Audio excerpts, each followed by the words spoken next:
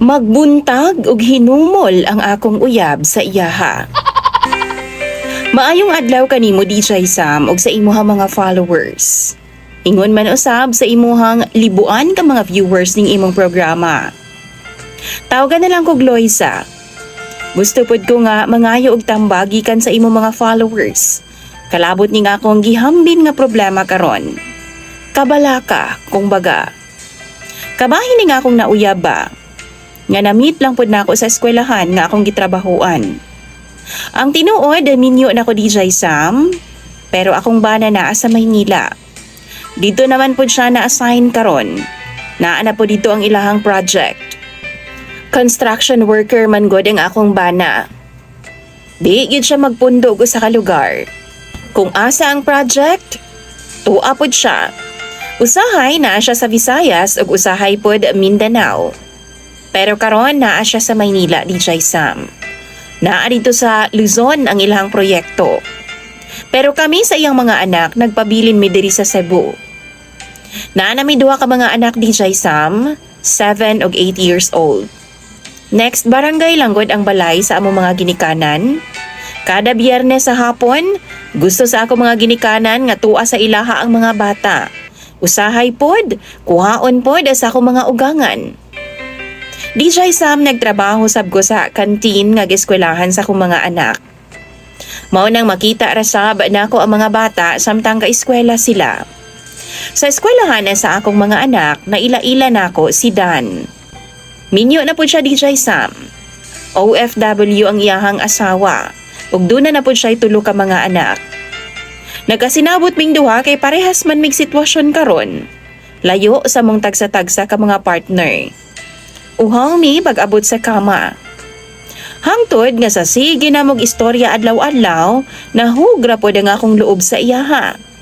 Nahulog ang among loob sa usag-usa. Nagkasinabot ming duha nga manlaag og mag-outing mi DJ Sam. Ang among sabot DJ Sam, mag-rides ra gyud unta mi. Pero naabot man mi sa suok. Mautong nanulod na lang mi og medyo bubarato nga hotel DJ Sam. Nag-overnight mi didto. Friday kadto DJ Sam ug ako mga anak tuwa sa akong mama ug papa. Aware si Dan nga doon ako'y bana. Maong okay ra gyud sa iyaha nga manawag pod ang akong bana. Why kaso sa iyaha? Siya na ang ga-adjust. DJ Sam, gisulit gyud nako ang panahon nga kauban nako si Dan. Nag-check-in mi sa hotel mga bandang alas 9 na kapin. Nangaligo mi kadali dayon bugno na sa kama. Hangtod na na pagkaugma DJ Sam. Gisulit gyud namog taman hangtod Sabado sa hapon. Naka 15 rounds gud mi DJ Sam. Wow. Pero kay baw mo, sukad pagpatong ni Dana sa ako awa naman siya'y plano nga mubaba. Seriously? Sige na lang siya humol DJ Sam.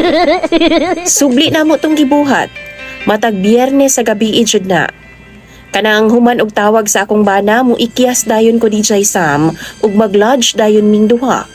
Magbuntag na po na siya humol sa akong ibabaw. Usahay, musulod na siya sa among balay ug kalit DJ Sam. Magabi kanang ningaw na bitaw kaayo ang palibot. Ako raman kay wa man ang mga bata. Kay baw mo DJ Sam, bisan tago-tago, bisan naan ako'y bana pero malipayon baya kay ko ni Dan. Pero mahadlok lang jud ko. Kay inig kagabi bitaw nga magkita ming duha. Di naman gud siya mubaba sa akong ibabaw DJ Sam. Pirmi na lang nakapatong. Pansak na lang pirmi iyaha. Tapos magbuntag na uhangtod manguli mi ba? Bisan paghalos magtuig na namo ning gibuhat DJ Sam. Pero mahadlok yun gihapon ko. Basin unya og moabot ang time nga malak siya ba? Di na unya matangtang ba? Naba ingon ana nga mahitabo? Naabay nahitabo nga ingon ana nga nabalaan ninyo? Maugid na nga akong gikahadlukan. Pero posible ka na? Makulbaan kayo ko DJ Sam. Kay dako jud kaayo kauwawan o galing man. Sa makatubag, palihog daw ko bi sa comment section. Kay ako nang pambasahon.